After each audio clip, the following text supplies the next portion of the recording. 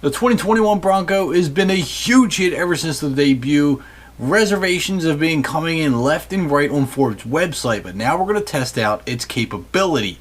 It's been seen testing on the Rubicon Trail and even out at Moab.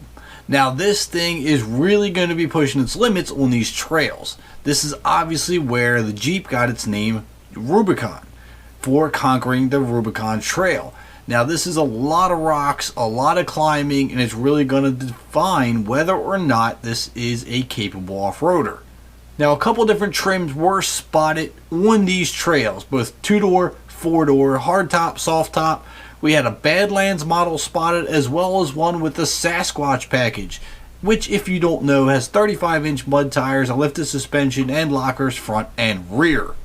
So as we go through this video, I want you to drop your comments down below on what you think of the Bronco. Do you love it? Do you hate it? Does it meet or exceed or disappoint when it comes to your expectations of it? And I'm definitely going to need you to drop a like on the video because, well, I love seeing likes on the video. And frankly, if you love the Bronco, which I hope you do, I want you to drop even more likes on it. Although you can only drop one like on a video. But just hit that like button. That's all I care about. It really helps the channel out, and I really do appreciate it.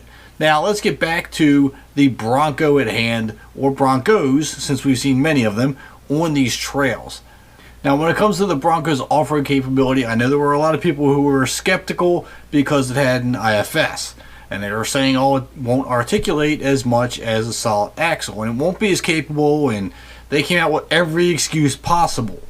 But whether or not you think it's capable, the only way to find out for sure is to actually put it on the trail. And honestly, the Bronco did not disappoint.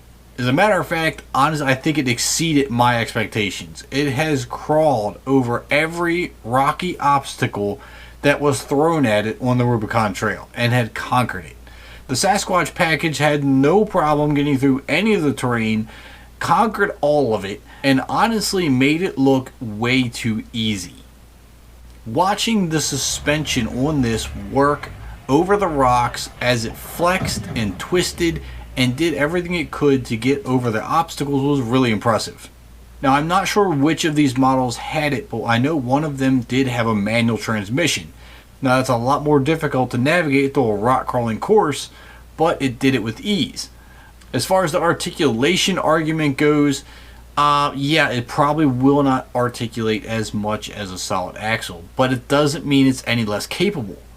The articulation on the Bronco seems to be really good. As a matter of fact, it's good enough to get through these trails.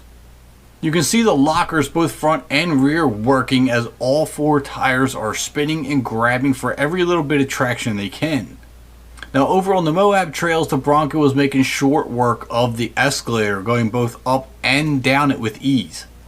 Now I know there's still a large amount of people out there that are going to hate on the Bronco regardless because it has an IFS. And if that's not your thing, it doesn't matter what the vehicle's capable of doing, you're not going to like it. And that's fine and well, but you know what? Technology has come a long way, and the IFS is more capable now than it's ever been before. That's why it's in the Raptor and it's now in the Bronco. It doesn't mean that a solid axle is the only axle that's going to perform off-road. So that being said, I feel the Bronco has definitely proven its worth off-road, over rocks, through mud, and everything else you can throw at it. Now, of course, this is purely my personal opinion. I want to hear what yours is down in the comments. I know there's a lot of hardcore Jeep guys that are just going to be in denial about the capability. And I know there's going to be some Bronco guys who are hoping for a V8 and a solid axle who are just really old school. Not that there's anything wrong with old school, but new school technology is definitely proven itself time and time again. And then I know there's a large majority of you who are really excited about the Bronco, who are very acceptant of all the new technology, and you know what, you can't deny what the thing can do. I don't care if you like or dislike the fact that it's got a V6 twin turbo, or the fact that it's got IFS. It works. This thing is just, it's mind-blowing to watch. And if you want to see any of the videos, they're actually on Bronco 6G forums website, and you can see them all there. I tried to get in contact with them to use some of the video footage, but I did not get a response soon enough, so I do apologize. I have it, but I have not been able to use it yet because I want to get permission first and just make sure it's okay. But if you want to go see it, go over to their website, bronco6gforum.com. Check it all out there. But before you do that, make sure you drop that like on the video and hit that subscribe button if you haven't already, and I'll catch you on the next upload.